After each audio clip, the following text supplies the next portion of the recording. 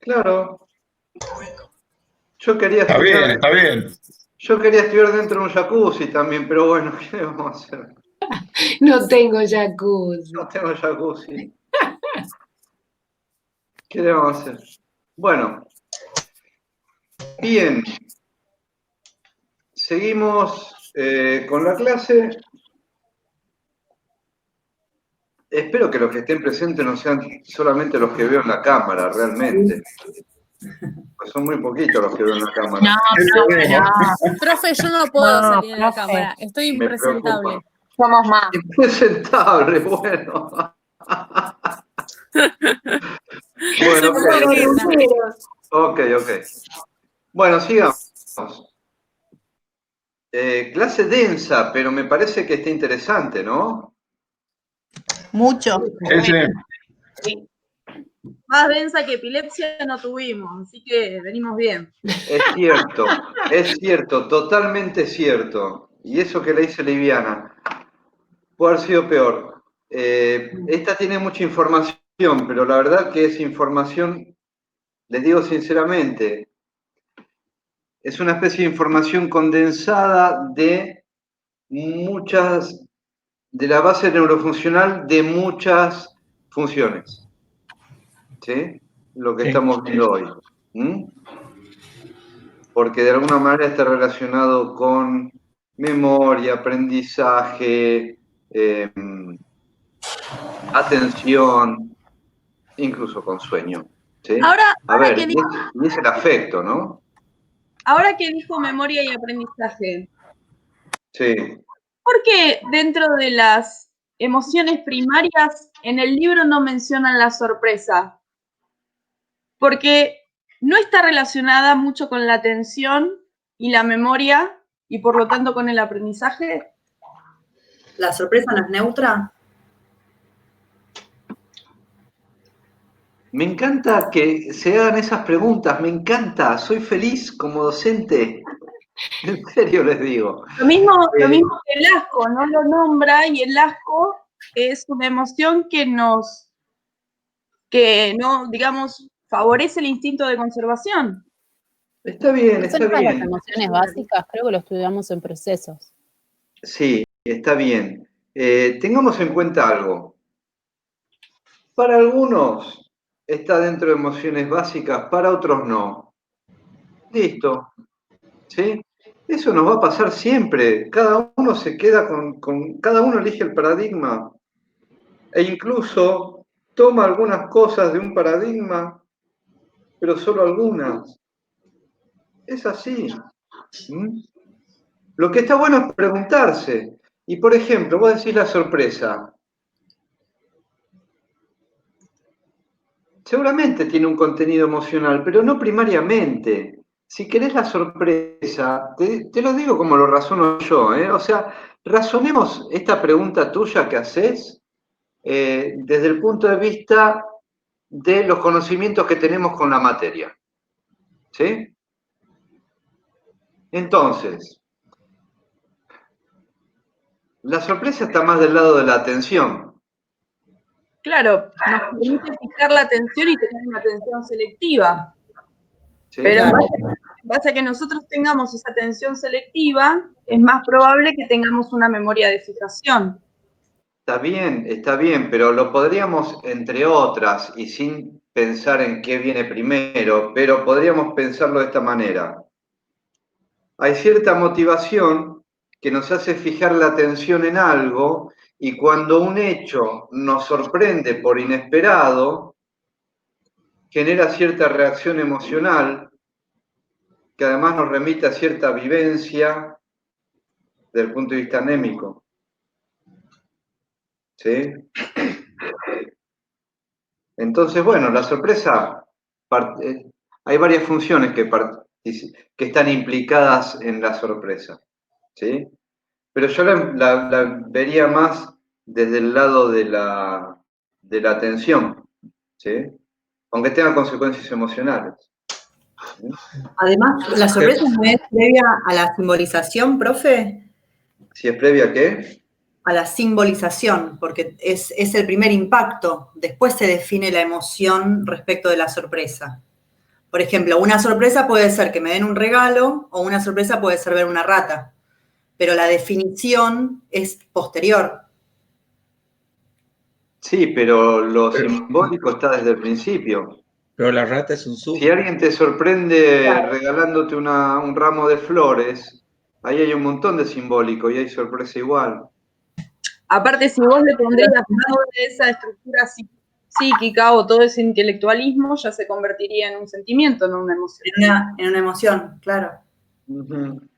Por eso, para También. mí la sorpresa es instantánea y previa, pero bueno. En las emociones no habla específicamente de la sorpresa. En el libro no habla específicamente de la sorpresa. Es que justamente lo que les quiero decir es que la sorpresa, en todo caso, sería previa a cierta emoción. ¿Sí? Claro, Por eso exacto. por eso no lo habla. ¿Sí? Sí, sí. Bien. Bueno, está buenísimo que podamos preguntarnos y razonar de esa manera. Voy a volver a compartir pantalla y me dicen si ven. Yo supongo que sí. Qué bien que está funcionando esto hoy. Al principio se hacía complicado, pero vieron que después arrancamos y Genial. reseteamos modem y ya. Bueno, desarrancamos la tercera parte de la clase de hoy. Estábamos hablando del circuito de Jacob-Papez. Se ve, ¿verdad? Sí. Bien. Sí, se ve. Y vamos a ver, ya que estábamos hablando recién de, como preguntaba una de sus compañeras, de la clasificación de las emociones. Ay, no me acuerdo, no era Rogers, no me acuerdo quién hablaba de temperamento, carácter y personalidad. No me acuerdo ahora, ¿eh? No me acuerdo. Un yankee, bastante interesante el yankee. Sí, Roger, profe, hablaba. Sí, Roger hablaba seguro, Sí. pero no fue el que primero describió, me parece. O sí, puede ser que haya sido Carl Rogers. Bueno, cuando hablamos de personalidad, hablamos de temperamento y carácter, ¿sí? Desde este tipo de paradigma más del lado del cognitivismo. Profesor. Espera un segundito. Temperamento y carácter, que tienen que ver con lo emocional, conformarían lo que se conoce como personalidad. Esto sí, la personalidad está mediada solamente por lo emocional. La diferencia es que el carácter tiene que ver más con el vínculo social, ¿sí? Tiene que ver con lo vincular, con lo socioafectivo, porque tiene que ver con lo aprendido, con los hábitos y los valores, y el temperamento tiene que ver más con lo biótico. Esto, si nosotros hacemos una especie de confluencia de los conceptos de temperamento y carácter como formadores de la personalidad desde el punto de vista biopsicosocial. ¿Se entiende? Sí, profe. Sí. Sí, sí, se entiende. Ok. ¿Cuál era la pregunta? Me había levantado justo antes de ver que había levantado la mano con el tema del circuito de Papez, porque en el libro nos plantea que la emoción se elabora en el hipocampo y después pasa por esporas a los cuerpos mamilares, al núcleo anterior del tálamo y en el giro cinguli, ahí hace la recepción de la emoción y después termina diciendo que Papez, bueno, dice que la emoción se siente en el girus cingulado. ¿Lo podemos tomar así para el examen o no? Sí, está bien. Acá está un poco más desarrollado en este esquema, pero está bien. Claro, está desarrollado porque está puesto de frontal, por eso está puesta la parte frontal. Sí, no Está solo bien eso. que, Está más como dice desarrollado que la las emoción, conexiones e la interconexiones. conexión. Está Pero bien, sí, podemos está tomar bien. esto con lo que dice en el libro. Sí, sí. Ah, bueno, listo. Como dice que se usa en Esto es un... Sí, está bien. Esa es una el hipocampo, no habías descripción. nombrado, por eso te pregunto. Se elabora. O Lo- puede ser en otra parte del circuito que se dé. Eso, Exacto. la elaboración, ¿dónde se da específicamente? Eso es lo que a mí me dio la duda con el libro. Bueno, pero por eso está bien, está bien. Por eso lo que les decía, hablamos de circuito y hablamos de interconexiones. Y a ver, podemos hacer un circuito así. A ver, podemos hacer un circuito así, por ejemplo. ¿Sí? Cuerpos mamilares, tálamo, giro cingulado, hipocampo. Y podemos hacer un circuito donde incorporamos también al lóbulo prefrontal y otro donde incorporamos el hipotálamo y otro que es esta parte nada más. Y lo podemos encontrar y lo podemos describir de distintas maneras, porque la cantidad de estructuras e interconexiones es enorme. Entonces, lo que está descrito en el libro es un recorrido del circuito. Yo les hice otro recorrido del circuito y hay otros más. ¿Sí? Claro, pero mi duda surgía si la elaboración de la emoción comienza en el hipocampo. Como el libro lo plantea así, es la única duda que yo tenía, más allá de los circuitos. Yo interpreto que dice comienza en el hipocampo porque en el hipocampo se le puede poner palabra a la emoción. Ah, listo, ¿Sí? listo, ya entendí, está Así bien. es como lo interpreto yo. ¿Sí? Gracias. Pero si vos hablas de la emoción, ¿dónde empieza a elaborarse? No importa dónde empieza a elaborarse, porque es un circuito. ¿Sí? Y no sabes qué empezó primero. ¿Sí? Y en el procesamiento de la emoción participan todas las estructuras. ¿Sí? Si empezamos por algún lugar, podemos empezar por hipocampo. Sí, podemos empezar por hipocampo. Más vale, podemos empezar por amígdala también. Tal vez no podemos empezar por lóbulo prefrontal, es cierto. ¿Sí? Pero por hipocampo, por amígdala podemos empezar, tenemos que empezar seguro. Lo que pasa es que después es circuito, entonces no te olvides de algo. Por ejemplo, cuando yo empecé la descripción de un recorrido del circuito, empecé por cuerpos mamilares, seguí con tálamo,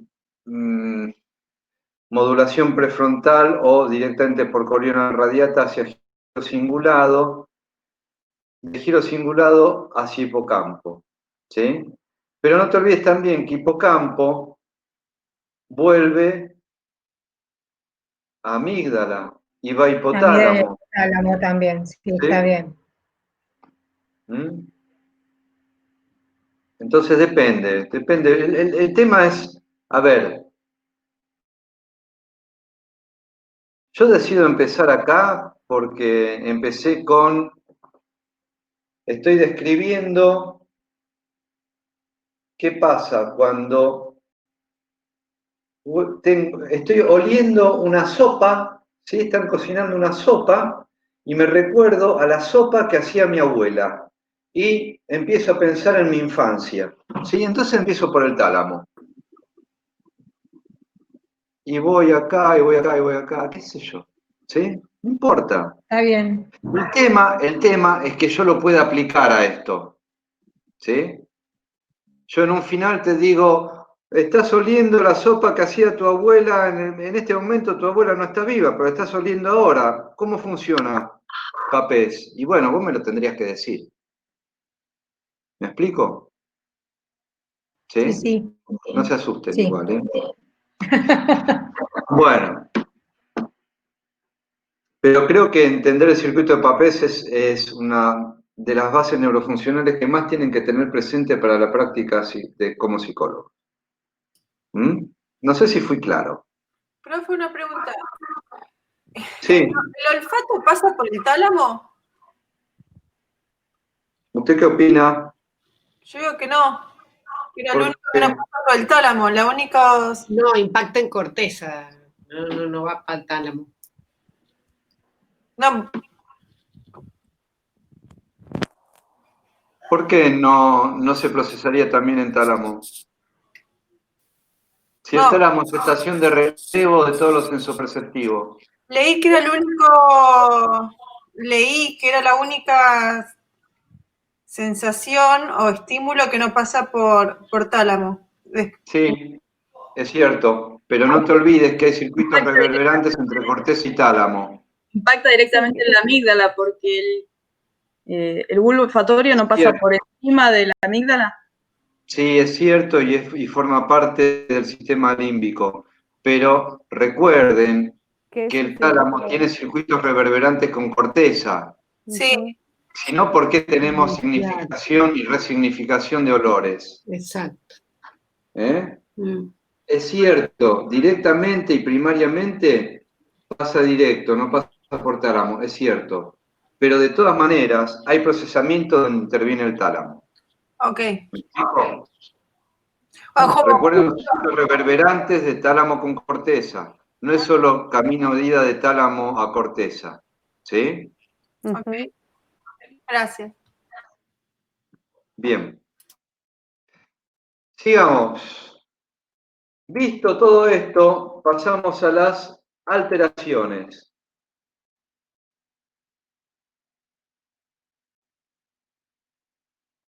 Es decir, los trastornos de la afectividad. Como siempre, y ténganlo en cuenta en el oral, alteraciones de la afectividad. Y como cualquier alteración o cualquier trastorno, mientras van abriendo ese archivo en su cabeza, hacen como el payador que empieza a decir un versito que no tiene nada que ver con la respuesta, van haciendo una para-respuesta y empiezan, bueno, sí, alteraciones hay cualitativas y cuantitativas. Y empiezan por las cuantitativas porque es lo más fácil mientras están abriendo el archivo de las cualitativas. Y en una de esas el profesor bosteza y dice, bueno, está bien, dale, sigamos con otra cosa. Y cuando estamos hablando de las cualitativas, vamos a hablar de hiper, hipo, a y dis, ¿sí? Que son los prefijos que vienen del griego, que asociados a la raíz de la función que estamos viendo, afectividad, timia, nos va a hablar de lo cuantitativo. Miren qué fácil que es esto, por Dios. A ver. Y después no pueden decir ni esto en un examen. Bien.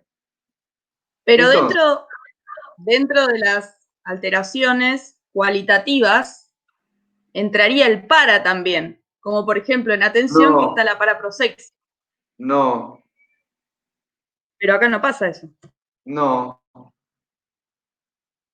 no. ¿Qué le va a hacer? Pero está el dis. A ver, una cosa es ser metódico y otra cosa es copiar el mismo esquema en todo, ¿eh? ¿Sí? Hiper, hipo y A va a haber siempre. Mucho, poco y nada está siempre. ¿Sí? Hola. ¿Sí? Bueno, entonces tenemos hipertimia, hipotimia, atimia y distimia. Cuando hablamos de hipertimia, y por eso les hice una aclaración en el segundo slide de la clase, hablamos de intensidad, tanto desde el punto de vista excitatorio, ¿sí? Como desde el punto de vista depresivo, digamos, de ausencia de excitación. ¿Por qué? Porque hablamos de intensidad, ¿sí? Estamos hablando de lo cuantitativo, ¿sí? Estamos hablando, por ejemplo, de cuadros maníacos, como furor maníaco o éxtasis, donde está exacerbada la emocionalidad, ¿sí? Pero en los cuadros depresivos, como la melancolía, también está exacerbada la emocionalidad, por más que la persona esté en la cama sin poder moverse. ¿Se entiende? ¿Se entiende? Sí, profe. ¿Hay alguien que no entienda? Sí, se entiende, se entiende. ¿Lo puede explicar otra vez, profe? Sí. Bien, que alguien que no entiende lo diga, está bien. Cuando hablamos de hipertimia, estamos hablando de intensidad del afecto, ¿sí? Hiper por mucho, pero por intensidad. No solo como manifestación visible en el furor maníaco, en el éxtasis, o cuando estoy en la tribuna de fútbol y hizo un gol mi equipo, ¿sí? o haciendo un poco en un recital. ¿Ahí puedo hablar de hipertimia? Sí, porque hay una intensidad del afecto totalmente visible, ¿sí? Fenoménicamente comprobable. Pero también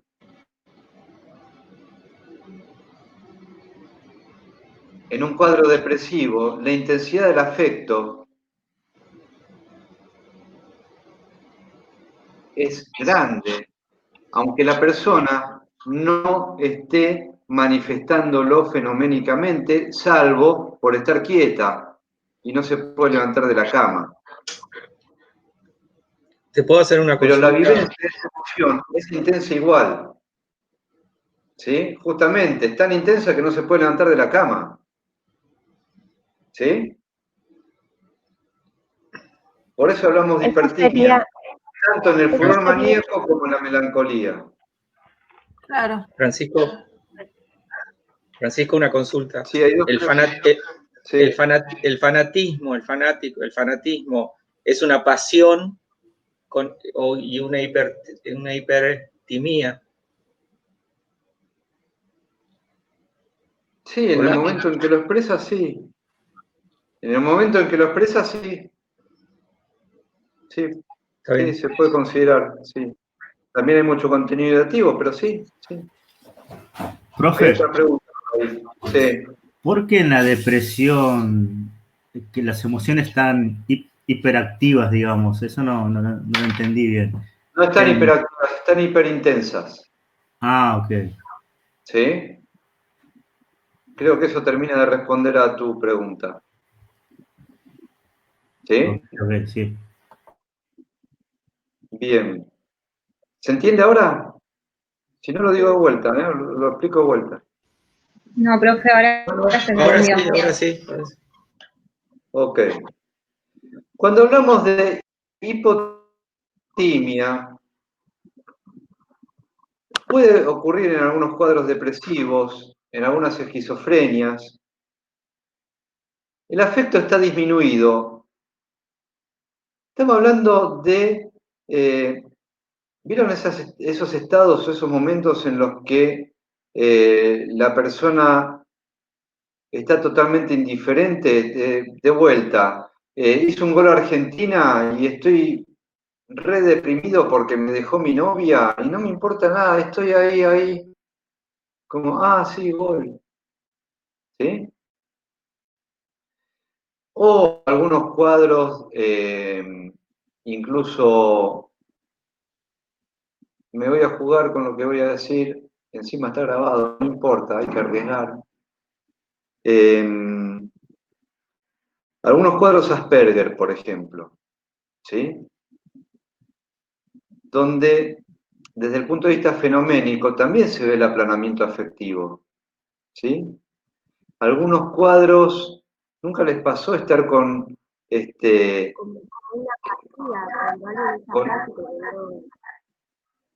no se escucha, no sé si hay alguien preguntando con el micrófono abierto. Sí, como una apatía, puede ser. Sí, exactamente.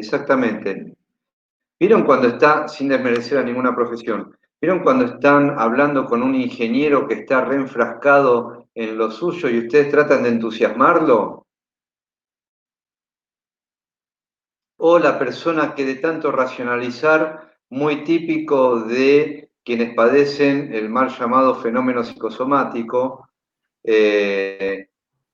dicen, sí, a mí no me pasa nada, tengo una úlcera, pero bueno, no sé de qué. La verdad, dicen que tengo una úlcera, debe ser una bacteria, y sí, interviene, hay alguna bacteria también interviniendo ahí, pero el tipo está con un quilombo bárbaro y está totalmente desconectado de esa emoción. Eso se llama aplanamiento afectivo, ¿sí? Francisco, una consulta. Muy difícil, momento, por favor. Sí. Muy difícil de tratar cuando están en una sesión, porque tenés que sintomatizar algo que hay tanto aplanamiento afectivo que no se puede sintomatizar, entonces tenés que, de alguna manera, hacer que se sintomatice, ¿sí? Lo que no está sintomatizado. Sí, la consulta. No, te quería consultar por los cuadros de psicopatía, ¿no? Los psicopáticos, eso que no sienten, no tienen sentimiento por las personas, como que no sienten nada sobre las otras personas, ¿no? Quería saber si en alguna forma, porque sé que la psicopatía es un poco más agresiva, ¿no? No es algo que es aplacado, ¿no? Pero en alguna forma es como una especie de sensibilidad, ¿no? Disminución del afecto. No, depende. Depende del momento. Por eso mi duda, sí. No, Por eso está mi bien, duda. por eso. El tipo en el medio de la realización de un acto donde ese acto lo lleva al éxtasis, Excitación. está en hipertimia. ¿Sí? Son etapas, creo que como algo. Sí, por ejemplo, sí. Profe, Bien. Sí. una preguntita. Ujú. Tanto en hipertimia como hipotimia aparece la depresión. ¿Hay diferentes tipos de depresión o...? Y sí, donde es muy intensa tenés hipertimia. ¿Sí? Ah, bueno. No sabía que podía haber depresión muy intensa. Pensaba que era una sola depresión. Debe ser el que no se puede ni levantar de la cama. Justamente. Hay depresiones intensas. Muy ¿El intensas. maníaco depresivo es una depresión intensa? En la parte depresiva sí. Y en la parte maníaca, es hipertimia en los dos momentos, digamos. Ah, ok. ¿Pero se dan juntos los dos cuadros? ¿Por eso dicen maníaco depresivo? Sí, ahora lo vemos con distimia, sí. Ah, ok. Gracias. Atimia, ausencia total de tono afectivo, ocurre en demencias y rigofrenias, no difícil en otros cuadros, donde haya ausencia y coma, por supuesto. Ausencia total de tono afectivo, ¿sí? Distimia, justamente, hay fallas en la regulación, ¿sí? Justamente lo que vos decías, no sé quién estaba hablando, ¿sí? Por ejemplo, ¿cómo? Laura Ocampo. Laura, los ciclos maníaco-depresivos, sí. ¿Sí? Tengan presente también que el pasaje al acto en el trastorno bipolar se da en la parte en el momento maníaco, no en el momento depresivo. ¿Sí? Tenganlo presente. Bien. Alteraciones cualitativas. ¿Se entendió la Juanpi? No, yo tengo una duda sobre la distimia. La distimia unipolar habla de periodos cíclicos de depresión. ¿Y dónde está lo cíclico? Que a veces está deprimido y a veces no. Pero no pasa por la manía. Ok, perfecto, gracias. Todo bien. Está bueno que hagan preguntas porque quiere decir que por lo menos algunos prestan atención. Yo le iba a decir el propósito para provocarlo, no sé si se dieron cuenta. Bueno, vamos a alteraciones cualitativas. Si hicieron tantas preguntas con Quanti, espero que no se haga más con Quanti, porque son las 9:30 ya. Pregunten todo lo que quieran, está todo bien. No. La habilidad afectiva. Muchos cuadros histéricos graves, por ejemplo, ¿sí? Cambios bruscos de estado de ánimo sin justificación. No es lo mismo que la ambivalencia, ¿eh? Ahora vamos a ver de la ambivalencia. La habilidad afectiva es, estoy re bien, re contento, contenta, contente, y de golpe me puse re mal y de golpe me enojé. Y de golpe vuelvo a estar bien, ¿sí? ¿Se entiende? Sí. La habilidad emocional ante el más mínimo estímulo, palabra, hecho, circunstancia, cambio bruscamente. ¿Sí? Sin modulación de quién, de qué lóbulo. Del lóbulo prefrontal. Claro. ¿Sí? Sí. Bien. Incontinencia afectiva. Mucha amígdala. ¿Sí?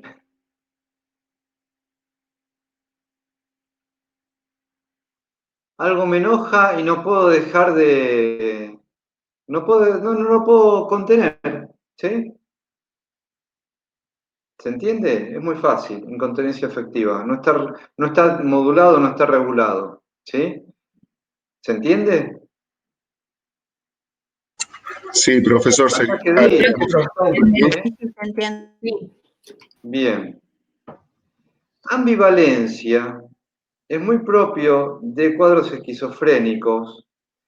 Es la experimentación o la vivencia de sentimientos opuestos y simultáneos, no como la habilidad emocional. Primero uno y después el otro enseguida. No, estos son simultáneos. Es un horror, ¿sí? Y no se entiende nada. ¿Mm? Puedo estar enojado y expresando algo cariñoso al mismo tiempo. ¿Sí? De hecho, para la psicología sistémica, el discurso psicotizante, o sea, cuando se establece una relación que termina en una de las dos, que termina en el paciente provocando una psicosis, y estoy hablando de paradigma sistémico, ¿sí? Hay simultáneamente un mensaje desde lo lógico en un sentido, por ejemplo, te quiero, y desde lo analógico, o sea, te quiero, hemisferio derecho, hemisferio izquierdo, lógico, y desde lo analógico, hemisferio derecho, te pego un cachetazo. Estoy exagerando, ¿sí? Eso es un discurso psicotizante, ¿sí? Y es interesante, y se los traigo a cuento porque tiene que ver con la ambivalencia justamente. Sentimientos opuestos y simultáneos, muchas veces expresados uno lógicamente y el otro analógicamente, hemisferio derecho e hemisferio izquierdo. ¿Sí? ¿Está claro? Sí. Sí, profe. Como la neurosis obsesiva que hablaba en el caso de Freud del hombre de las ratas, la ambivalencia entre amor y odio. No, porque ahí no es simultánea. Por eso, acá de ambivalencia estamos hablando más desde el discurso psiquiátrico. Ok. ¿Está? Está bien la pregunta, hay que desambiguar, siempre tengo que desambiguar, es así. Perplejidad es la vivencia de extrañeza, es más que la sorpresa, ¿sí? Pero, en general, ante situaciones que no ameritan perplejidad, ¿sí? Porque yo, ante una vivencia de un real que supera cualquier tipo de simbolización, y sí, es lo que se llama perplejidad justamente, pero acá la perplejidad adviene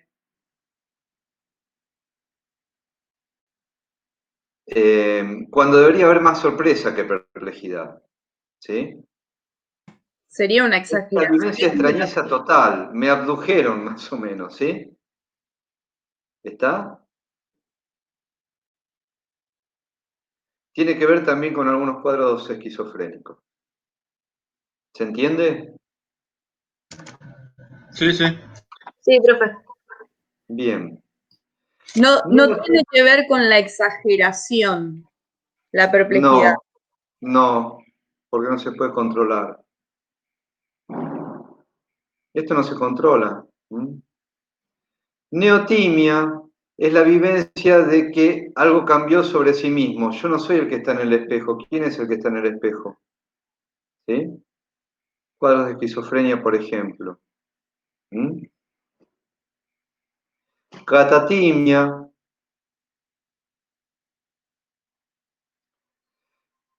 muy propia, por ejemplo, de unas histerias muy graves, ¿sí? Y de algunas esquizofrenias, donde no solo hay una deformación del juicio de realidad, sino también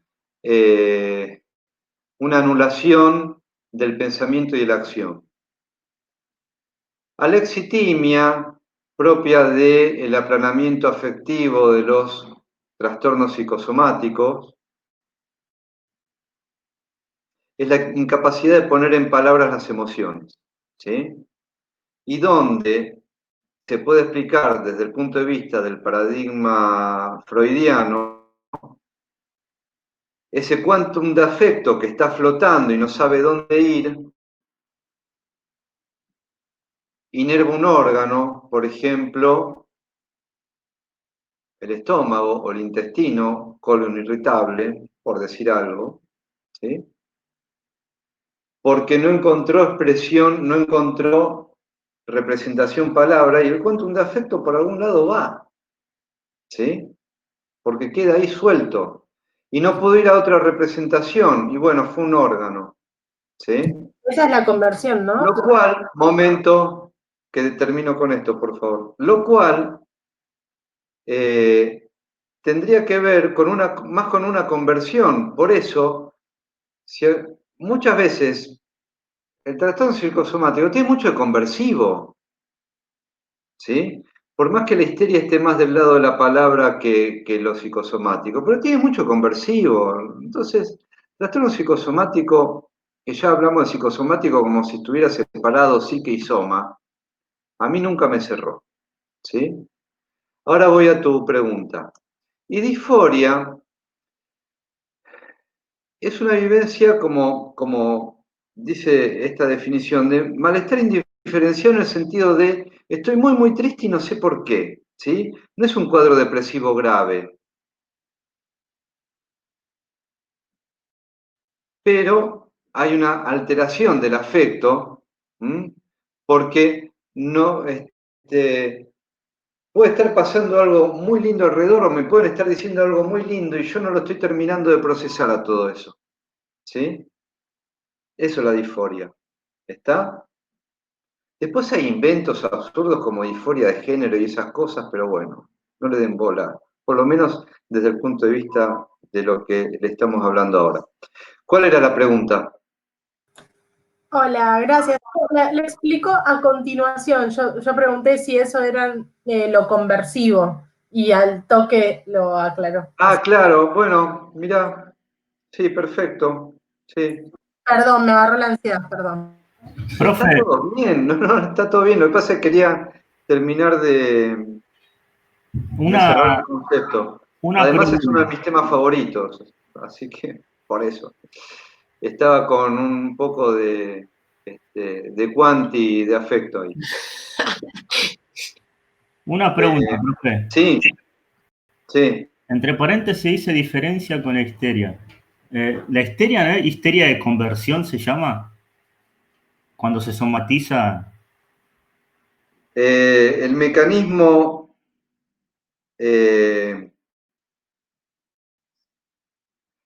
muy clásico y muy simple. El mecanismo típico de la histeria es la conversión. Diana. ¿Sí? Sí, ok. Desde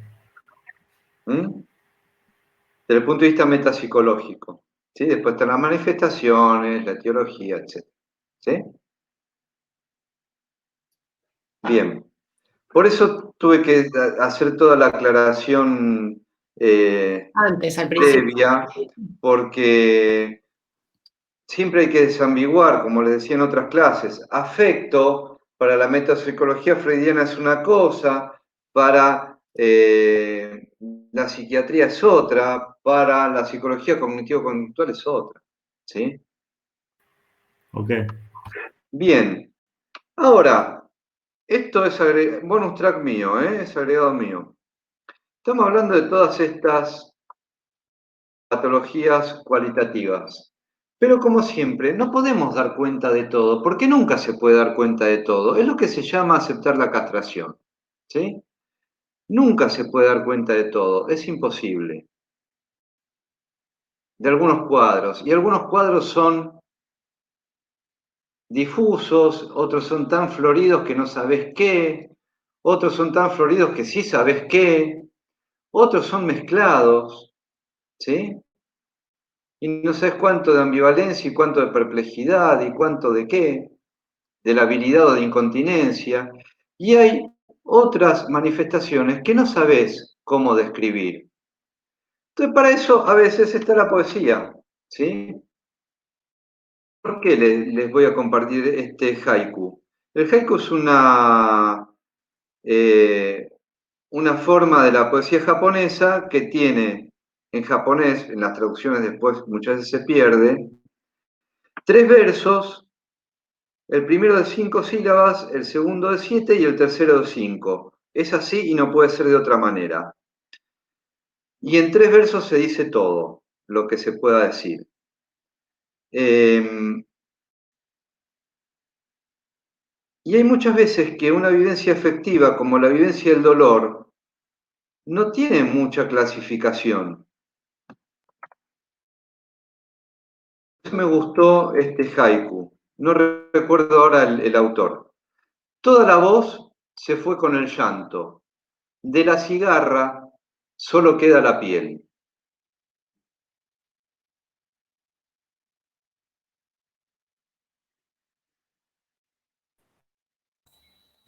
Hermoso, profe. Si eso no es dolor, Wow. ¿sí?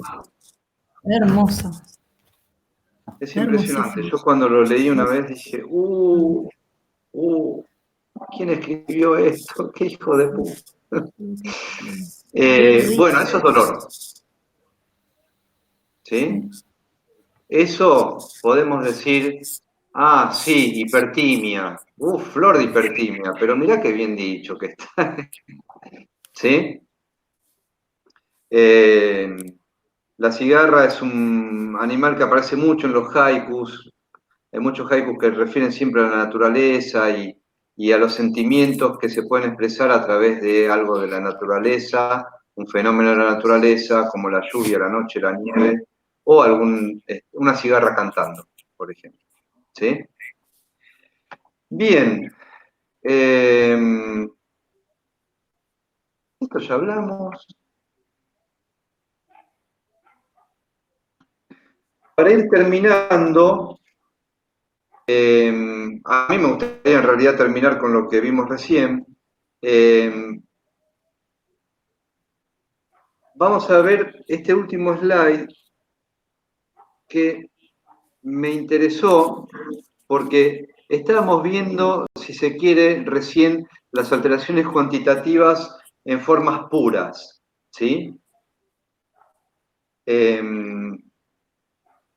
Pero podemos ver cómo se da en algunos cuadros en particular, y me interesó más que nada porque muchas veces cuando hablamos de trastornos hablamos de síndrome, y no sé si todos tienen en cuenta lo que es un síndrome, ¿sí? Lo van a ver luego en otras materias, espero, y si no, tendrían que buscar la definición. ¿No es como un conjunto de Un síntomas? síndrome, claro, es un conjunto de síntomas. A ver, yo lo voy a... Acá está un poco más... conjunto de síntomas simultáneos, ¿sí? Síndrome quiere decir simultaneidad, ¿sí? Y todo síndrome tiene un periodo de incubación, por decirlo de alguna manera, si estamos hablando de algo más biótico, un periodo de estado y un periodo de resolución. ¿Hay alguna pregunta? No, hay un micrófono abierto. Ok. Cuando estábamos hablando de distimia, que había algunas consultas con eso, ¿sí? Distimia, alteración de los ciclos, fallas en la regulación, ¿sí?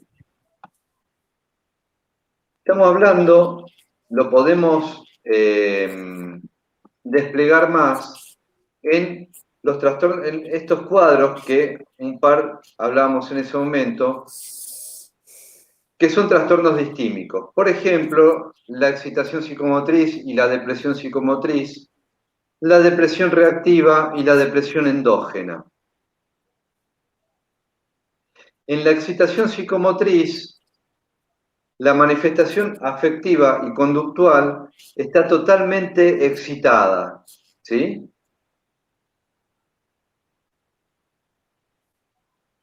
Y hay una total actividad de centros subcorticales, por ejemplo, la amígdala, con muy poca regulación cortical, ¿sí? Desde el punto de vista clínico, es decir, fenomenológico, podemos ver exaltación afectiva, conducta hiperactiva, hipermimia, o sea, mucha gesticulación y excitación muscular. También se puede dar en intoxicación por cocaína, ¿sí? Comportamiento desinhibido. Alguien hablaba recién de paraprosexia, ¿sí? Con alteraciones némicas porque justamente por la paraprosexia la tensión está alterada. Y, dada la exaltación, también hay, se verifica taquipsia, ¿sí? Donde el aumento de la ideación está asociado a ideas de megalomanía. Y también de fuga de ideas. Eso sería una descripción muy somera de un cuadro de excitación psicomotriz, que lo van a ver mucho más desarrollado en psicopato. Formas clínicas de la excitación psicomotriz. Excitación simple, estos son distintos grados, ¿sí? Ligera euforia. Hipomanía, donde hay un menor grado de excitación, no es que no hay excitación, es hipomanía, ¿sí? Manía aguda, mayor grado de excitación en cuanto a, es más permanente la excitación que en la hipomanía, y el furor maníaco, que es el grado más alto de excitación psicomotriz. Es cuando te ponen el chaleco de fuerza, digamos, ¿sí? Como todo síndrome, les decía, tiene un periodo de entre comillas, podemos decir, incubación, pues estamos hablando de lo psicogénico. Francisco. Estado, ahora te doy la palabra. Estado y resolución tiene una duración y tiene un pronóstico, ¿sí? Sí, ¿cuál era la pregunta? No, cuando hablabas de los estados más agudos que ameritan hospitalización, yo estaba pensando, por ejemplo, cuando se producen los brotes psicóticos, ¿no? Esos estados que están maníacos, sí, ¿no? Y sí, como que amerita hospitalizarlos sí o sí, como emergencia, ¿no? Algo, sí, cuando te caen a las emergencias. Sí, decime. Absolutamente, sí. Sí. Ahora, está absolutamente lo que decís, sí. El tema es, estamos en un cuadro de excitación en un grado de furor maníaco que no tiene que ver con un cuadro maníaco en sí mismo, sino con un brote psicótico, ¿sí? O sea, diferenciemos el cuadro de lo fenomenológico, ¿sí? El furor maníaco se puede dar en la manía o se puede dar en un brote psicótico. ¿Sí? Apaguen los micrófonos, por favor, salvo el que pregunta. Y puede darse también por intoxicación. Sí, claro, absolutamente. Sí. Éxtasis, cocaína, sí. Gracias. Totalmente. Síndrome de presión psicomotriz. Es un poco el contraste del de excitación psicomotriz, ¿sí? Donde había taquipsiquia, hay bradipsiquia. Donde había paraprosexia o hiperprosexia, hay hipoprosexia. Hipomnesia, porque hay alteración de la memoria de fijación, ¿sí? Y donde está la idea de culpa, ruina y suicidio, pero que no se lleva a cabo en el síndrome, en el trastorno bipolar, todas estas ideas de culpa, ruina y suicidio que se mascullan, digamos, en el periodo de estado, en el momento en el momento depresivo, se lleva a cabo en el momento maníaco. ¿Se entiende por qué hay que tener en cuenta en los trastornos bipolares el peligro está en el momento maníaco, el peligro del pasaje al acto?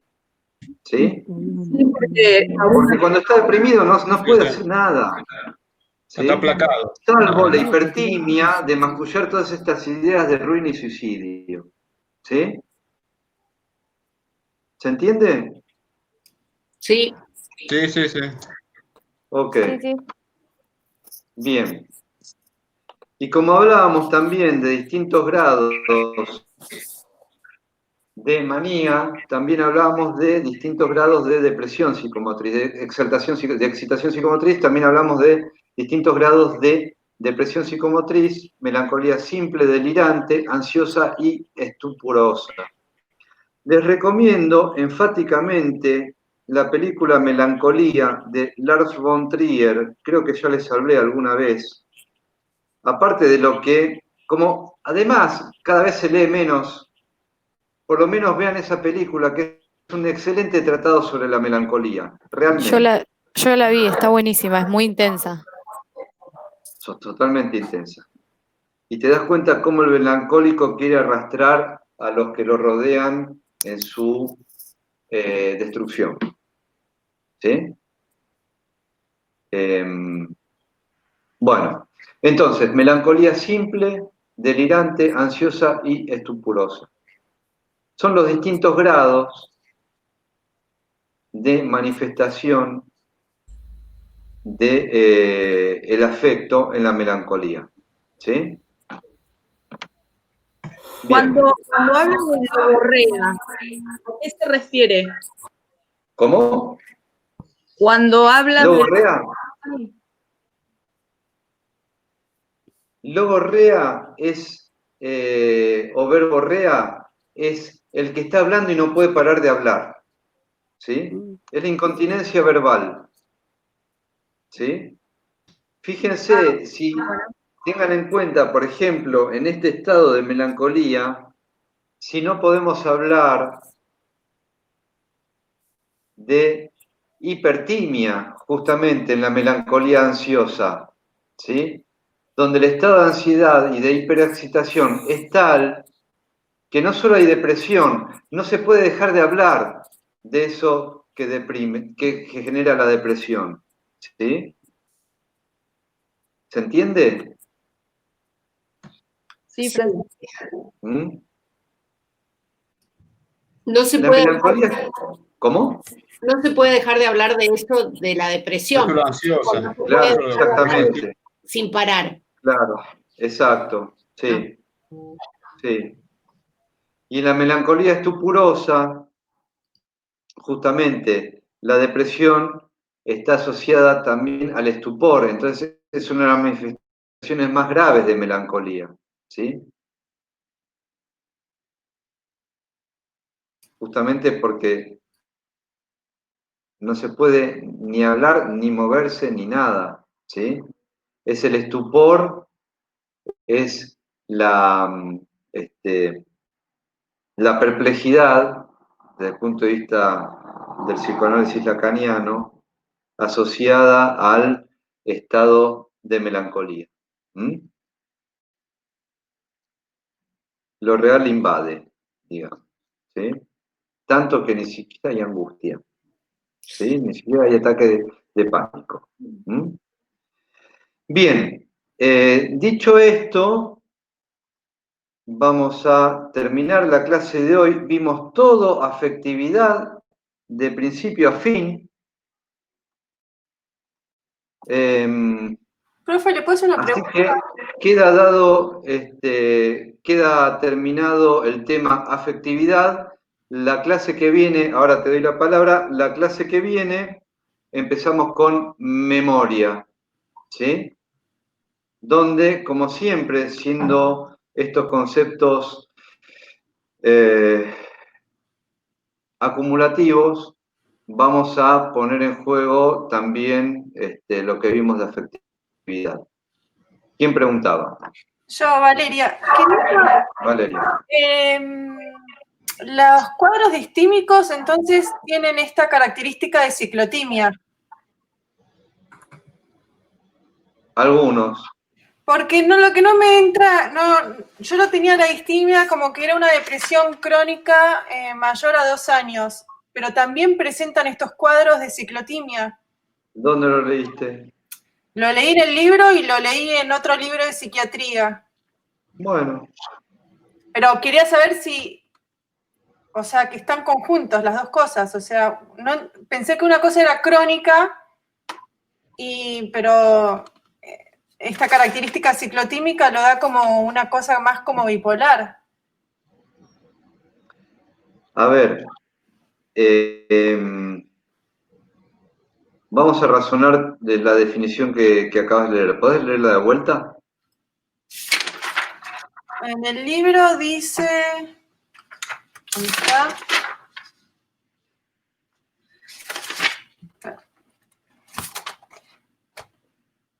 Ahí lo perdí, pero decía algo que caracteriza especialmente a la distimia, que es crónico y por más de 2 años. Sí, está bien. La cronicidad tiene que ver con que es más de 2 años. De lo que estuvimos hablando es de la manifestación, es de lo fenoménico. ¿Sí? Ok. O sea, bueno, claro, yo me lo imaginaba más como un estado crónico constante, y cuando habla de ciclotimia es como que sube y baja. A ver, la distimia no es un cuadro. Si la distimia se da durante más de 2 años, ¿puedes decir que es crónica? Sí. Y es propia de algún cuadro. Claro. ¿Sí? Sí. O de algunos cuadros. Ok. ¿Sí? Sí. ¿Se entiende? Sí. Sí, profe. Recuerden, cuando estamos dando la clase y cuando estamos viendo, por ejemplo, un PowerPoint, estamos viendo el esqueleto, después lo tienen que desarrollar en el libro, por supuesto. Por eso les digo, no se queden con el PowerPoint. ¿Está? Sí, sí. Y muy bien por ir al libro. ¿Sí? Sí. Bien, siendo las 22:01, ¿damos por cerrada la clase de hoy, por favor? Gracias. Por favor. Nos vemos el martes que viene. Por favor, hagan lo que quieran. Les recomiendo enfáticamente, vayan al libro aparte del PowerPoint, Claro. ¿puede ser? Sí, profe. Sí. Bueno, Gracias, profe. que estén muy bien. Gracias. Gracias. Chao, hasta luego. Igual, adiós. El martes.